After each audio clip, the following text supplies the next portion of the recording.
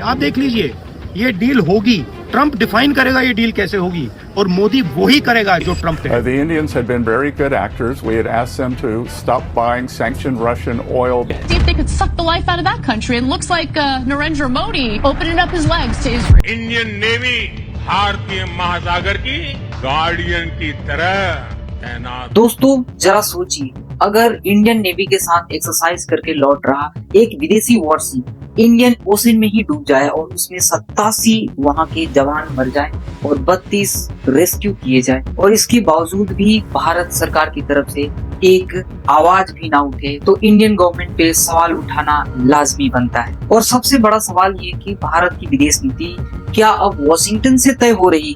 आज इस वीडियो में जानेंगे इंडियन ओशन में डूबे उस जहाज की कहानी और मोदी और ट्रंप का कनेक्शन। घटना 4 मार्च की सुबह की है, जब श्रीलंका के गौल शहर से 40 नॉटिकल माइल दूर एक जहाज डूब जाती है और वहां पे 87 बॉडीज तैरती हुई नजर आ रही है, जिसमें से 32 लोगों को श्रीलंकन नेवी ने रेस्क्यू किया। इसके बावजूद भी इंडियन गवर्नमेंट ने एक शब्द भी नहीं बोला। विदेश नीति इतनी डाउन टू अर्थ हो गई है, जिसको हम बोलते हैं कि बहुत डाउन टू अर्थ होना गुड मायने में देते हैं, लेकिन आज की विदेशी नीति, भारत की जो विदेशी नीति है, इतनी डाउन टू अर्थ हो गई है कि इसको this is not our business बोल के पीछा छुड़ा देती। एक ईरानी वॉरशिप जो इंडियन ओशन में जा रही थी और उसे यूएस सबमरीन के द्वारा टर्बिडो से डुबा दिया जाता है, जिसमें से 87 जवान मर जाते हैं। और हाँ, ये कोई सामान्य जहाज नहीं था, ये वही जहाज था जो 2 हफ्ते पहले विशाखापत्तनम में हमारे इंडियन नेवी के साथ कोलैब करके वॉर प्रैक्टिस किया था। इन्होंने यहाँ पे मार्च किया था।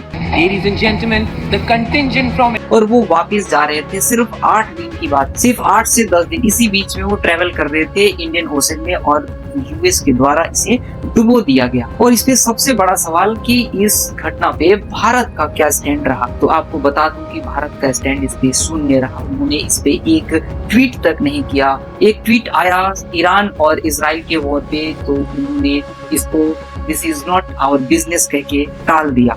लोगों की नजर भारत पे इसलिए है क्योंकि ये जब जहाज डुबोए जा रहा था, तब ये जहाज इंडिया के साथ एक्सरसाइज करके वापस जा रही थी। कम से कम इस पे एक बयान तो बनता था। नरेंद्र मोदी अपने आप को गार्डियंस ऑफ इंडियन ओशन कहते हैं, साथ ही साथ नेट सिक्योरिटी प्रोवाइडर भी अपने आप को मानते हैं, तो यहाँ पे उनको स्टैंड लेना बनता था। भारत पूरे इंडियन ओशन रीजन में फर्स्ट रिस्पॉन्डर भी बनकर उभरा, क्योंकि जो जहाज यहाँ से जा रहा था वो हमारे लिए एक मेहमान के रूप में था, जो कि हमारे बुलावे पे यहाँ पे आके उन्होंने प्रैक्टिस करी, यहाँ पे मार्च करी, तो उनकी सुरक्षा हमारी जिम्मेवारी थी। लेकिन गार्डियन ऑफ इंडियन ओशन या नेट सिक्योरिटी प्रोवाइडर की असली टेस्ट आया तो यहाँ पे बीजेपी गवर्नमेंट, नरेंद्र मोदी यहाँ पे साफ साफ फेल होते हुए नजर आ रहे हैं।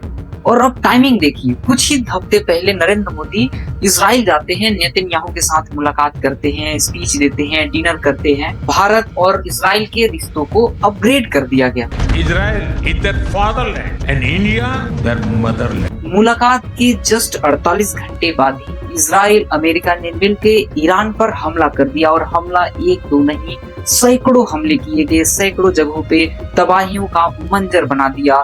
सैकड़ों लाशें, बच्चे और स्कूल के ऊपर हमले किए गए। इस पे भारत ने this is not our business करके टाल दिया। Prime Minister Narendra Modi thanked him for his standing with Israel. Bharat की तरफ से ईरान को लगातार आलोचनाएं झेलनी पड़ी, लेकिन जब इजराइल और अमेरिका ने ईरान पर वॉर किया तो भारत यहाँ पे चुप्पी साध के बैठा रहा। इसी वजह से कई एक्सपर्ट यहाँ तक पूछने के विवश हो गए कि क्या भारत अपनी स्वतंत्र विदेशी नीति खोते जा रहे हैं, या फिर भूल गए हैं, या फिर कुछ ऐसी नीतियां हैं जो कि सीधे वॉशिंगटन से ड्रिवन हो रहे हैं। Now the United States will decide who we buy oil from.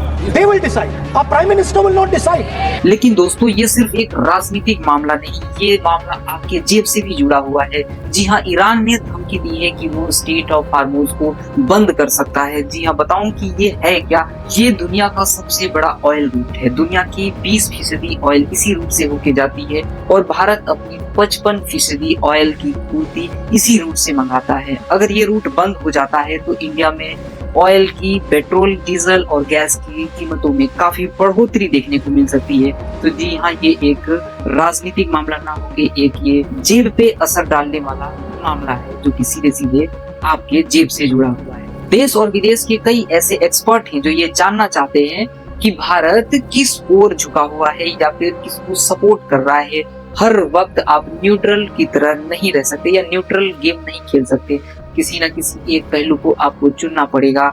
अगर आप अमेरिका और इजराइल को सपोर्ट कर रहे हैं तो ईरान के खिलाफ है, यहाँ पे ईरान के खिलाफ यानी आप चाइना और रूस के खिलाफ है। बट इंडिया और रूस एक स्ट्रेटेजिक बिजनेस पार्टनर भी है और इजराइल और इंडिया भी एक स्ट्रेटेजिक पार्टनर है। अमेरिका से हम पंगा नहीं ले सकते, चीन से पंगा नहीं ले सकते। अगर ईरान को हम सपोर्ट करते हैं तो इजराइल और अमेरिका के खिलाफ हो जाएंगे, अगर हम इजराइल को सपोर्ट करते हैं तो यहाँ पे हम रूस और चाइना के खिलाफ हो जाएंगे। और साथ ही साथ अगर ईरान के खिलाफ हो जाते हैं डायरेक्ट हम, तो हमारे पास ये ऑयल रूट की आने के लिए दिक्कत हो जाएगी, यानी कि कहीं ना कहीं इस वॉर में इंडिया या फिर आपके जेब पे बहुत ही असर पड़ने वाला है। यानी कि अगर आपको आने वाले समय में अगर ये वॉर जारी रहा तो आपके जेब पे बहुत भारी नुकसान देके जाएगी ये वॉर। आपको क्या लगता है, मोदी या बीजेपी गवर्नमेंट या भारत को किसी एक साइड को चुनना चाहिए या अभी भी हमें न्यूट्रल होके इस वॉर को देखना चाहिए? आप अपना जवाब हमें कमेंट पे लिख के दीजिए। मिलते हैं फिर अगले किसी एनालिसिस के साथ, तब तक जय हिंद जय भारत।